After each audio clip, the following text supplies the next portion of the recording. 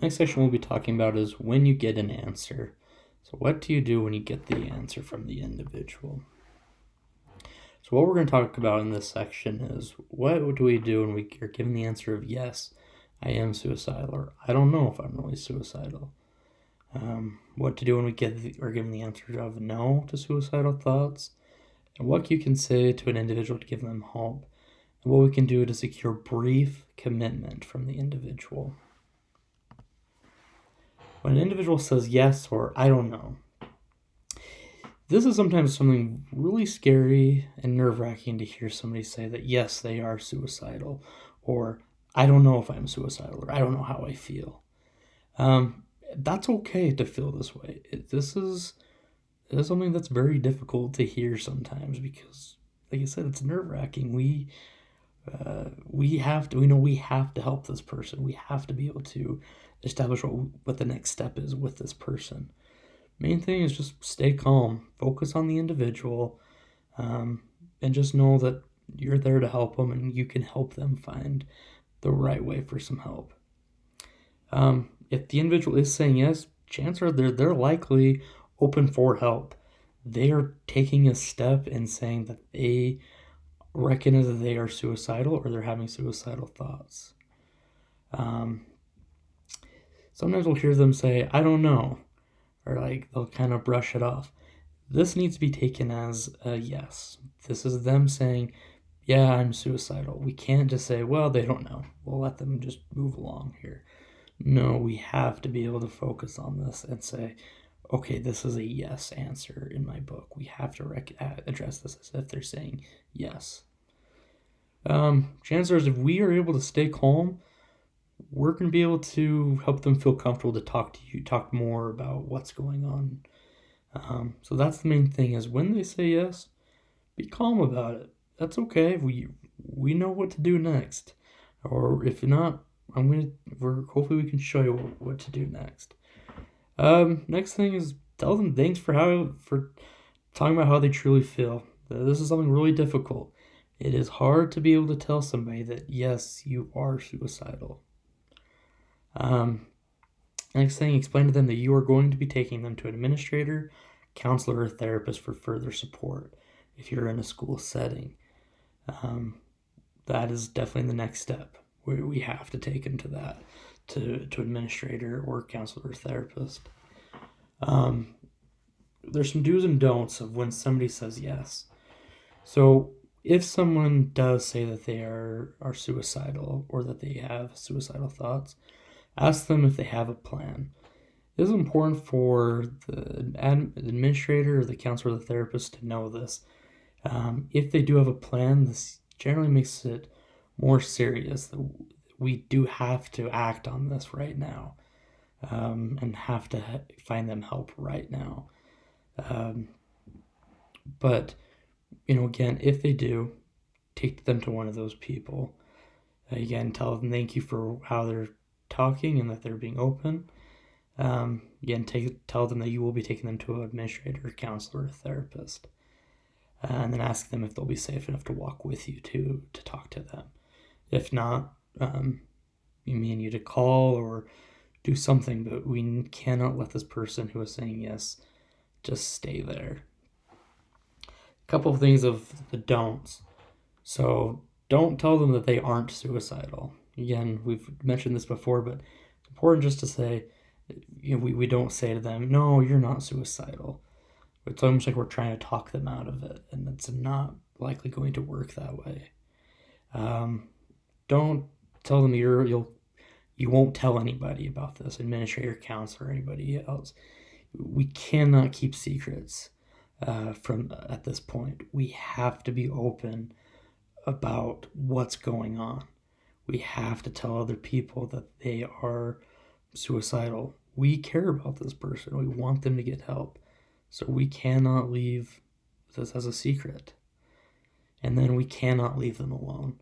If someone is saying that yes, they are suicidal or they have a plan, we cannot leave them alone. We cannot just say, all right, well, stay here for a little bit and I'll be back.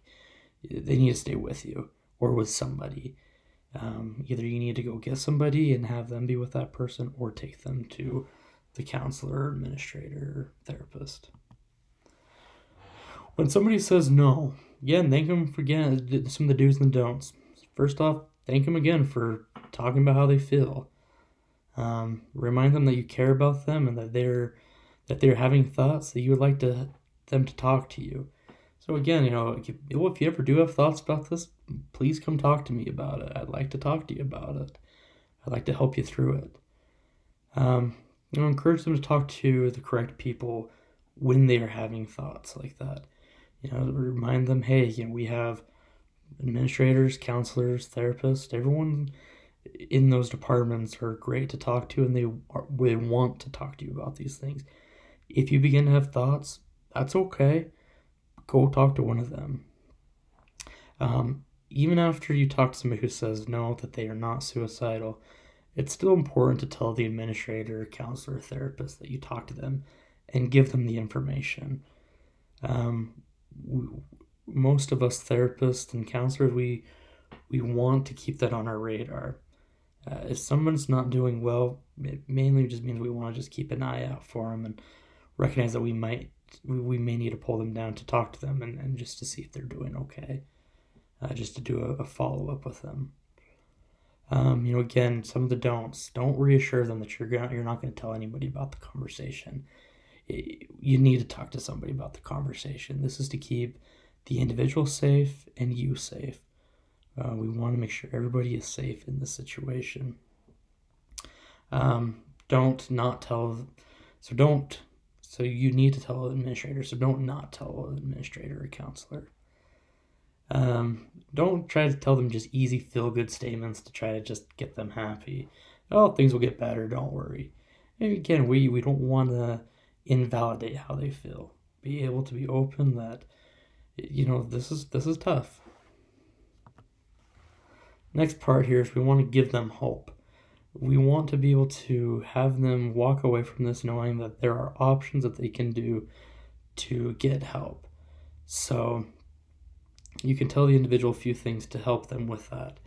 And remind them that there are therapists, counselors who are here, who would like to help. And, how about I come and go and introduce you to them so that you know who they are, that they can, so that if you are having these thoughts, you can go talk to them. And give them hope of, please keep talking to people about your thoughts. People like me want to help.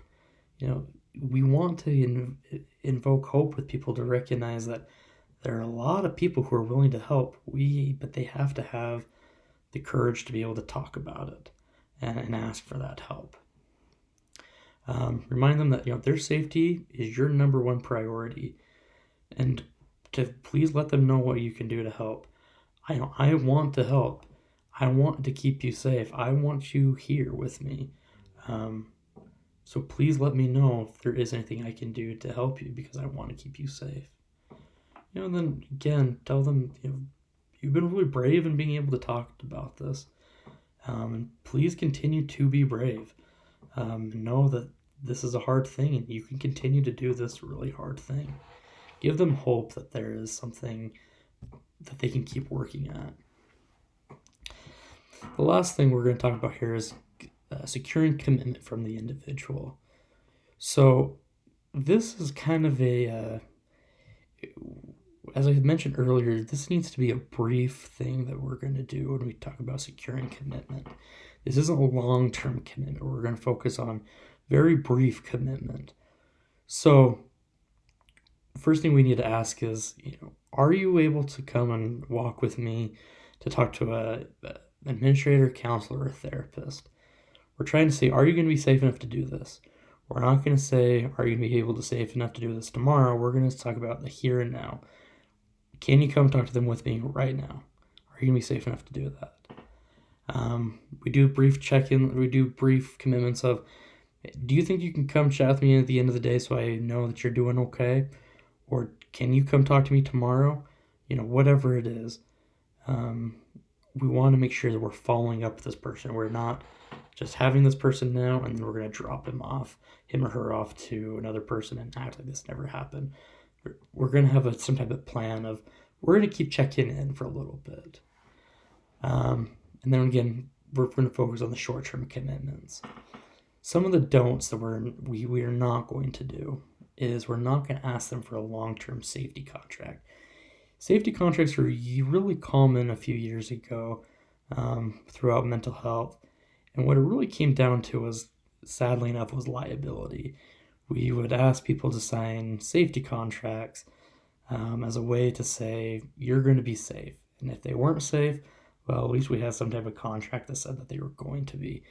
This is very ineffective and actually damages the relationship in the end. So sometimes what we used to say is why don't you tell me that you're going to be safe for the next week or so, and we can't do that. We need to be able to do very short commitments from them, not long term. Like I was saying, the last little bit was how do we make sure that you're going to be safe for the next hour, the next day, something like that. But we really have to refrain from doing this. Another doubt is we are not following up with them. Like I said earlier, we don't want to just dump them off onto somebody else and just assume that they're good.